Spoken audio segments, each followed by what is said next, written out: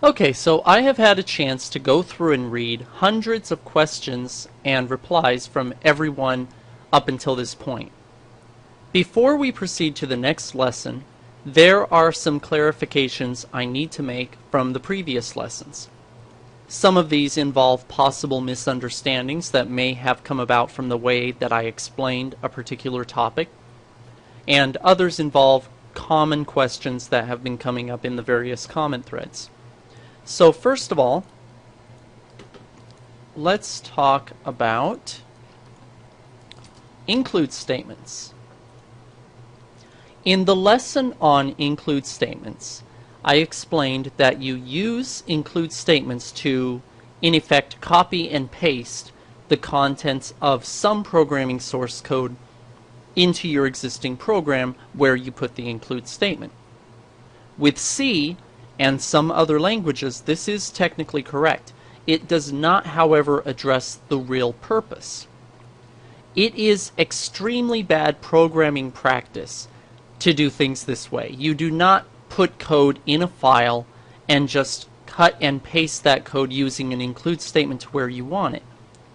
What you are really saying with an include statement is that you want to use the contents of the included file within your program.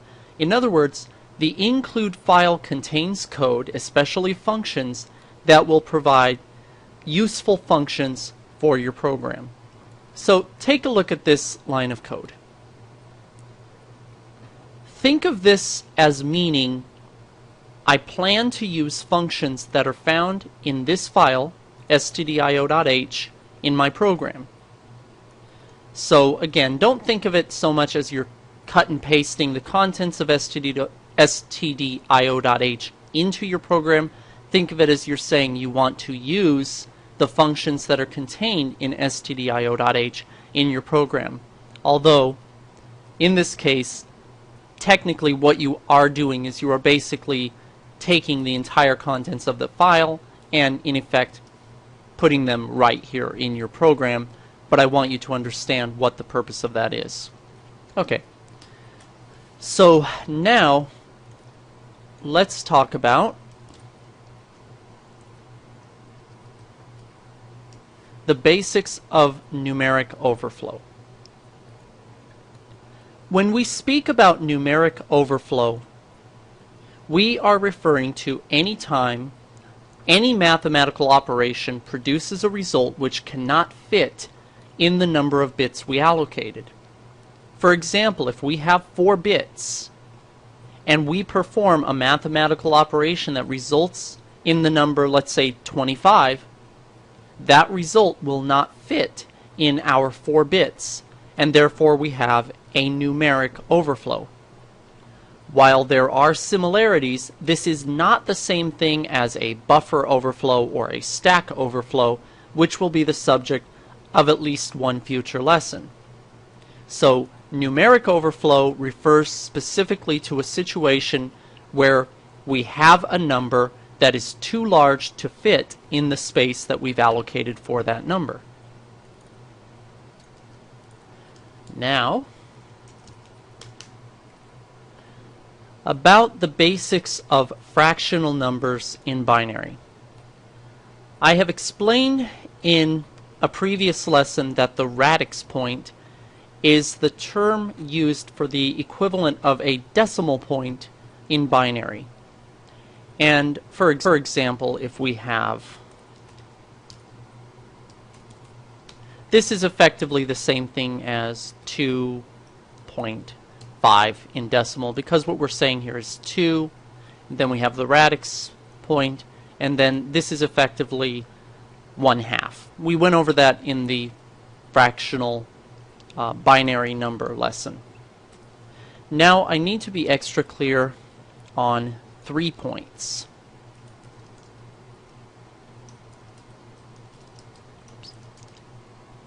Let's okay, still too long and still too long. Okay, so the first point is the radix point is not actually encoded in binary. So let me just put that number back up. Okay. Rather, it is understood by knowing how many bits correspond to the part of the number to the left of the radix point and how many bits correspond to the part of the number to the right of the radix point. You do not actually encode the radix point itself in binary. Second is that the part of the number to the left of the radix point is known as the integer part, and the part of the number to the right of the radix point is known as the fractional part. Okay. Now, we had a lesson on the basics of numeric data types in C. I have not yet covered all numeric data types. And in that lesson, or up until now in general, there are still some numeric data types that you haven't yet learned about. So I want to make sure that you understand that. We will be learning about those as time goes on.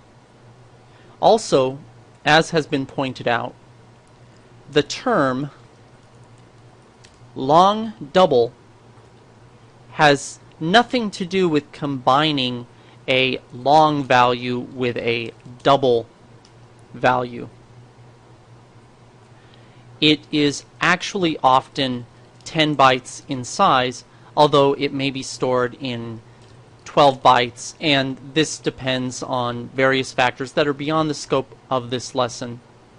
But I just want to make sure that you understand that when you write long double, you are not combining a long value with a double value. If that's confusing to you, don't worry about it too much. This is just a technical clarification that I need to make in order to make sure that these lessons are technically accurate. Similarly, the sizes of a data type, such as unsigned short int, being 2 bytes long, differs from compiler to compiler. So in various lessons where I have said unsigned short int, and I've talked about an unsigned short int being 2 bytes in size, that may or may not be true. It depends on the compiler, and we will be getting more into that later. But I don't want you to be writing programs where every time you see unsigned short int you think, oh, 2 bytes. Not necessarily, but we will get into that more later. These clarifications are especially important if you plan to write code that will be open source, or you are planning to make the source code generally available. In those cases, you must be mindful that if you are using a data type of a specific size that works on your computer, it may not be the same for someone else who compiles that same source code. If they use a different compiler, they could have a data type size that is different than yours. You might have an unsigned short int that is 2 bytes, they might not, and then suddenly when they try to take your source code and make a working program, they won't be able to. So for that reason, it is very important that you write code that is designed to work on any compiler that follows the particular standards that you have in mind. For example, ANSI C, and we'll get into that more later also. Okay, so the next topic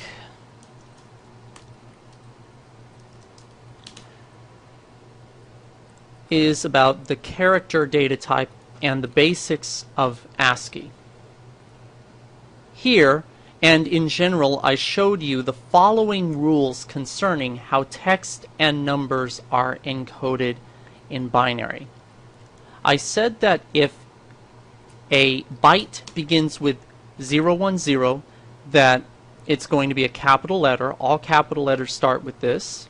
011, all lowercase letters start with this.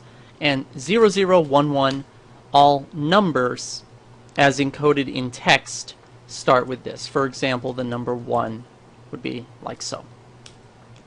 Keep in mind that this is not reversible. This means that you cannot say that anything which starts with 010 is a capital letter. There are many characters that are not numbers or letters. For example, braces, parentheses, so on. And many characters that start with 010 may not be a letter or a number, and so you need to be aware of that. While it is true that all capital letters do start with this, not all characters that start with this are capital letters.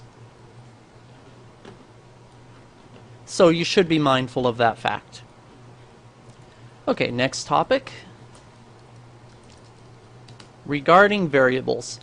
So in that lesson I showed you how to create a variable. For example, like so. The question was raised, what if you don't specify a value? What if you just write int height? This is legal. You can do this and it will create the variable. However, anything at all could be its value. Why? Because when C creates the variable height, it only decides where in memory that variable will reside. It does not set a value for it. So looking at our 16-byte RAM example briefly, let's suppose that before you write this code, this is the state of RAM. I'm just going to come up with a series of random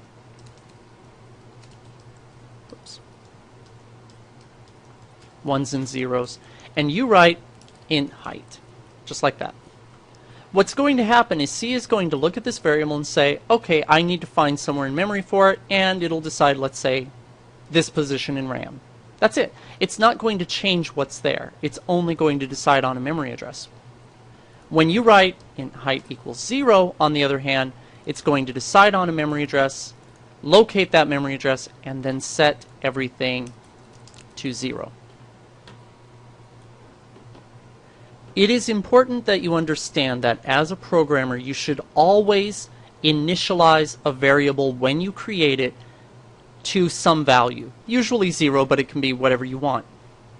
Common practice is to assign a 0 to a variable until it has been used. And the reason you do that is because that way you don't have unexpected situations come up where, because the value was something you didn't expect and you forgot to initialize it later on in your code, you come up with some unexpected behavior. So you should always initialize a variable when you create it. So instead of writing this, you should write this. That way you don't have any problems later on in your program because of whatever that value happened to be set with. Okay, so next topic, about terminating strings of text and other data. So there are consequences of not terminating a string of text or other data properly.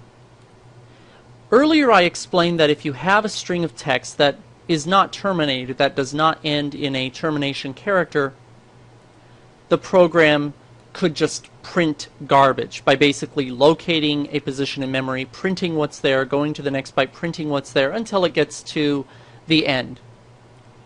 Also, however, the program could simply crash, because as the function, like for example printf, cycles through memory looking for a byte that happens to have a 0 value, it might encounter memory that doesn't belong to your program.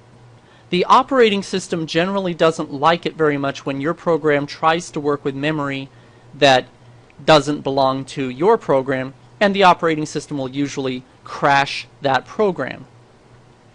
Now technically the behavior is undefined, which means anything at all could happen.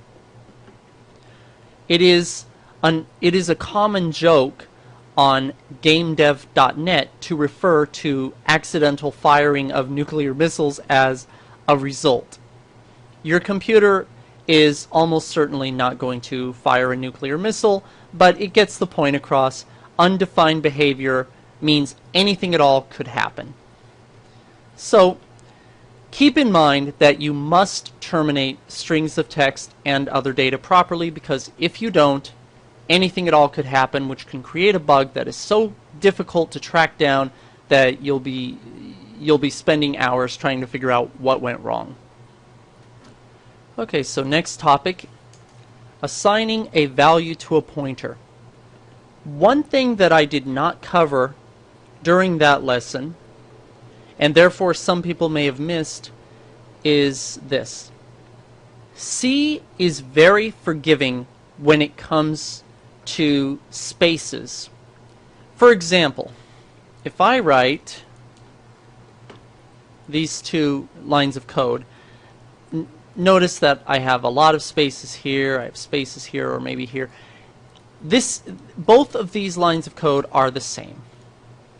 They're both valid, and they're both going to work just as well. Now, good programming practice is to format your code so that it is easily readable. For example, you would never do this, because then it is hard to see that you're missing it makes it look like you're missing a semicolon, and it would be very easy for someone to look at this code and say, oh, it's missing a semicolon, and that isn't what you want, because it could lead to someone thinking there's a bug when there isn't one. So you want to format your code in a nice, easy to read manner, and we'll get into some of the details of that later. But I want you to understand that as far as C is concerned, how you put spaces really is up to you. Any of these lines of code are perfectly valid. Okay, next topic.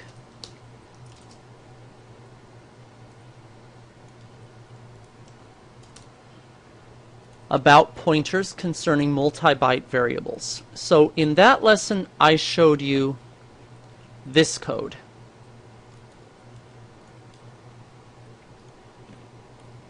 Then I explained, as is logically apparent from reading this code, that this has the effect of first changing height to 8 and then changing width to 4. This would be correct if height and width reside in memory one right after the other. This is one of the assumptions being made about our 16-byte RAM that I've used in these types of lessons. Do not ever write code like this in a real program. Your compiler chooses where to put variables you create, and you have no way to know if they will be stored in RAM the way that this example assumes they are. This code is for instructive purposes only, to show you how pointers work in general. Now, some clarifications about the printf function. It has not been addressed directly in a lesson, and even though you have likely seen it used, with the printf function, you can give it multiple parameters if you want to print various types of data. For example, this is perfectly valid.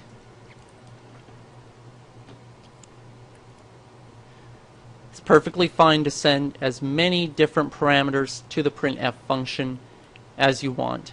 And the output here, of course, would be height, which is 10, and width is 5. That would be the output. Now, something very important about the printf function. Up until now, every time we have used the printf function, we have done all of our printing on one line. So for example, with these two lines of code, let's just write a quick program here.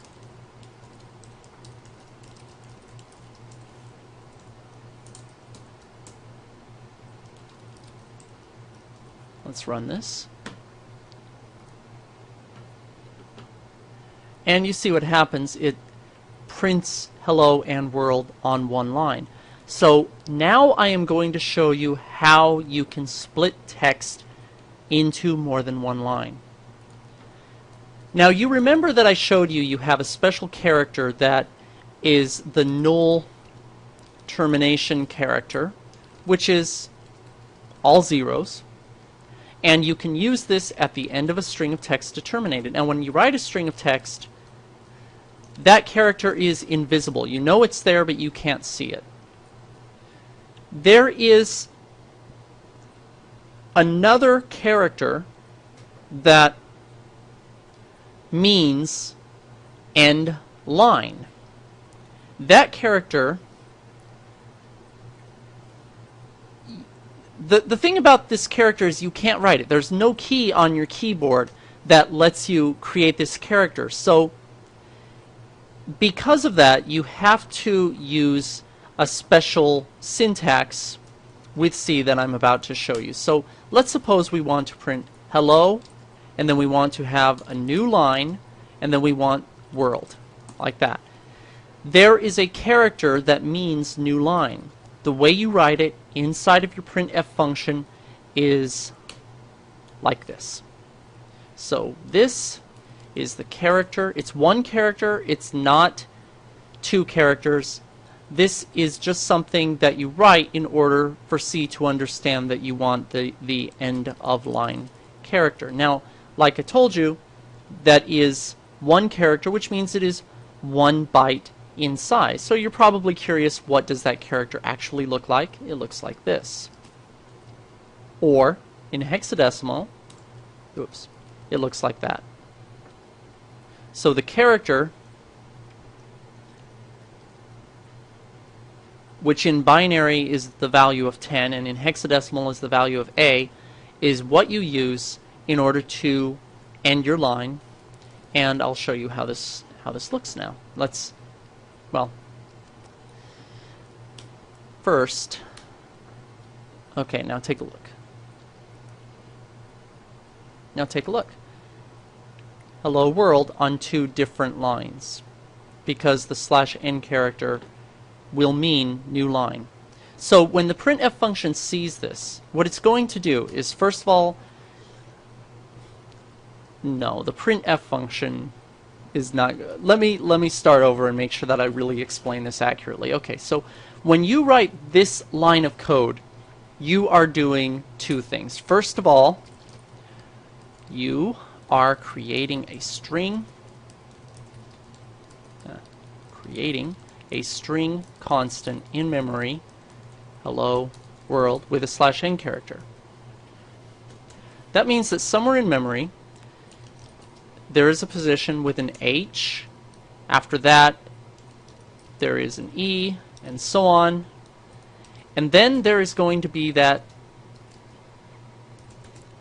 /n character. And then, of course, W, O, and so on, all the way to the end.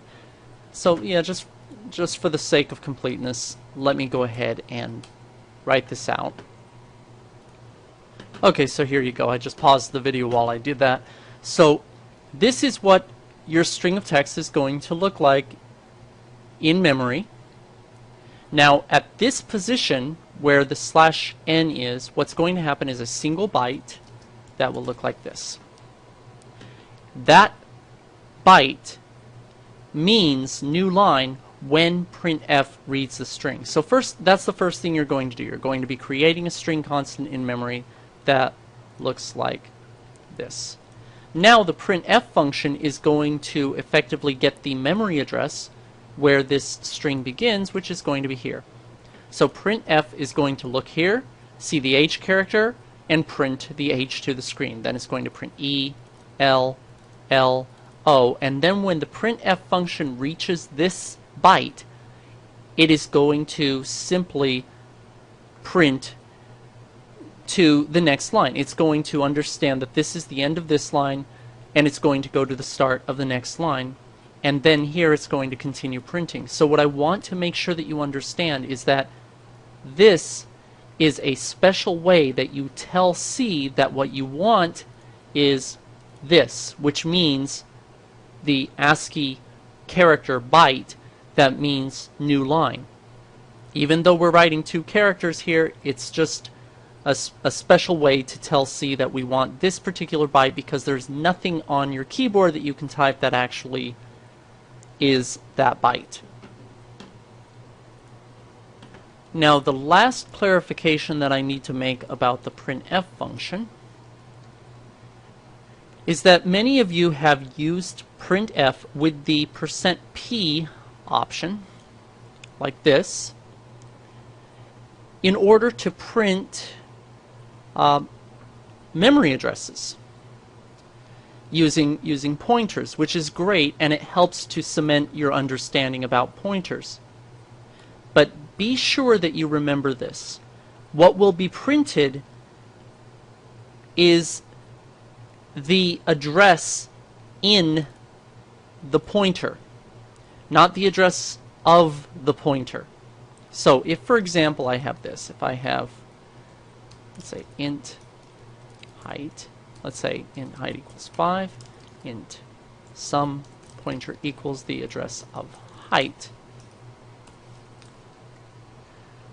what is going to be printed with this line of code is going to be, in this case, the memory address of height. Not the memory address of some pointer, not where some pointer is located in memory, but rather what is inside this pointer, which means the memory address of height. So keep in mind that this code that I'm about to show you is invalid.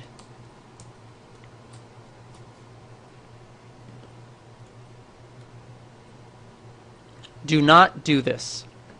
Remember that asterisk some pointer translates to whatever is at the memory address stored in the pointer. It does not translate to the memory address of the pointer. It also does not translate to the address stored in the pointer. What it means is what is at that memory address, which in this case would be the value 10. Using asterisk some pointer in this example results in 10, which is the value stored in height. In other words, what is at the address stored in this pointer is the value of height, which is 10. So if any of these clarifications have been confusing to you, or if you have any questions, feel free to ask and I'll be glad to help you out. And that concludes this lesson.